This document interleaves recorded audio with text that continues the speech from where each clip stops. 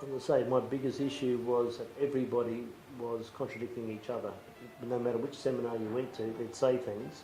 You'd ask them a question, no, you can't do that. But at another seminar I went to a week or two before, they were recommending you do that way. So nobody was really clear, and Gary's been the only one that's sort of been switched on enough to know fact from fiction. That's the difference between fact and fiction. You use those words, and my words is hazy versus clear. Yeah. If it's clear, then it's easy to produce a pathway to make things happen. Yeah. And if it's clear because it's precise. Precise plans make things happen. Yeah, so I don't think there's anything you can really say there's a one point where to convince people, because everybody has to make up their own mind. They've got to be comfortable with it. We tried rolling money into another super fund, private super fund, and he lost money faster than the other people were. And the problem, what you're saying is the cornerstone of why people don't want to have their money in an institutional fund is because they've got no say in the matter. And so, which means... Well, look, if I can quote my brother, he's in shares. And he follows shares, he knows shares, but his super's in shares. And he had 6 different companies. 2 of them were losing big time. So he went to them and says, well, why are they losing? He says, well, where do you want me to invest them? And he says, well, hey, I'm paying you to... Why aren't you pulling them out of these 2 that are losing big time and putting them into something that's making money? He says, oh, I'll put them wherever you like. And that was the attitude of his financial advisor. Unbelievable, isn't it? It is, and that's crazy. That's what I was going to say. With the big institutional funds, I mean, they have their purpose. But when we're investing with a document, you fill in the application form, that particular document has got disclaimers in it. Which means it's a disclaimer from the advisor taking responsibility.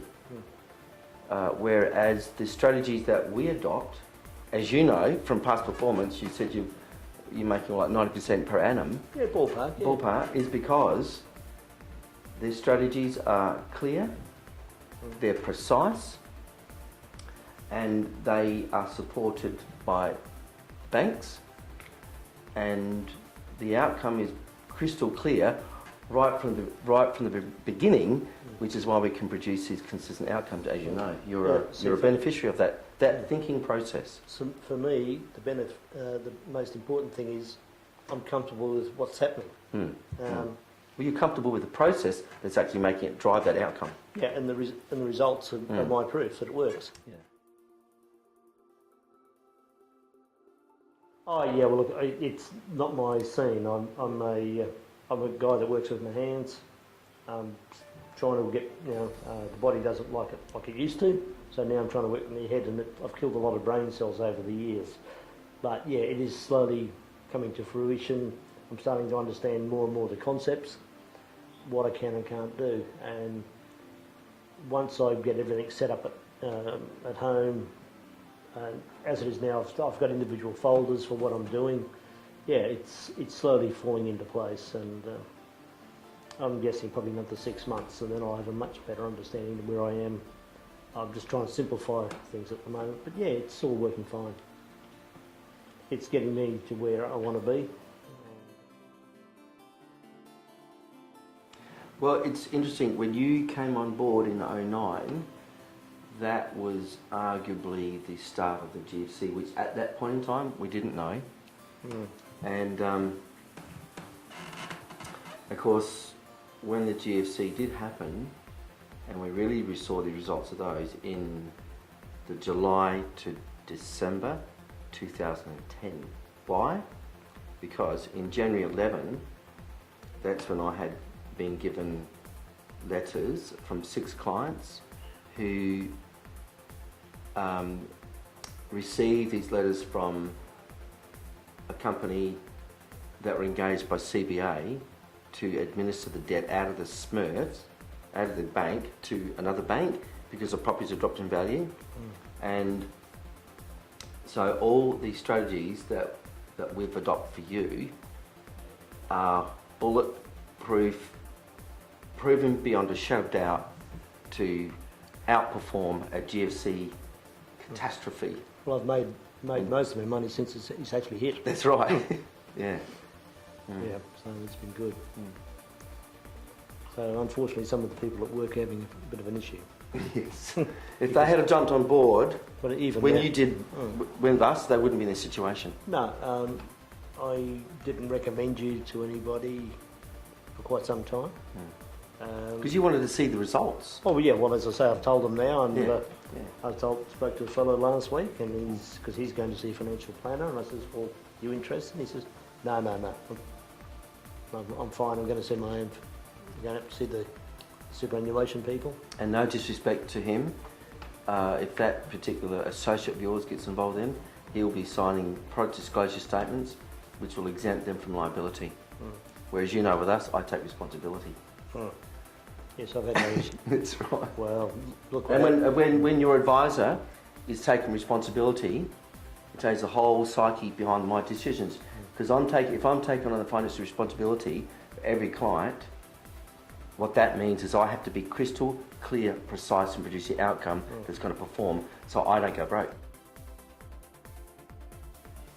When the bank lend money against a property, the banks, understandably, to protect themselves, want the investor to put in some hurt money, and let's call it a deposit. Example, a $400,000 property, just use an LVR, loan value ratio of 80%. So the banks want to see us put an $80,000 deposit into that investment, which means the bank are comfortable to lend $320,000 in this instant. Now, when and should that property go in a downward direction, which is what we saw with the GFC, in this instance, which happened to 6 of my clients, because they had purchased property through the old way, the retail way, using the traditional need and gearing model, which proven beyond a shadow of doubt does not work. We all know that now. Yet the industry is still promoting it, which is quite sad, and we are on a mission right now to heighten the awareness of investors, to warn them that if they want to build in a protection mechanism like the banks do, they've got to think like a bank. So why the hell would we want to buy a property for $400,000 when we can understand the process of how to buy it for $320,000 and build in that $80,000 deposit, but in the form of buying it at $80,000 below that bank value? You understand what I mean? So you can either buy retail, put the 80 in, or you can buy it wholesale and have that, what we call, some people call it manufactured equity. It's a buffer. It's a buffer, yeah. So, of course, the bank's job is not there to help you understand how to buy correctly. Their job is to lend you the money and make sure they protect their butt in the process of lending you money. It's a whole different psyche. Yeah. So, as you know, and as all the clients know, the psyche in this practice is very simple. If you want to protect yourself, you buy at wholesale.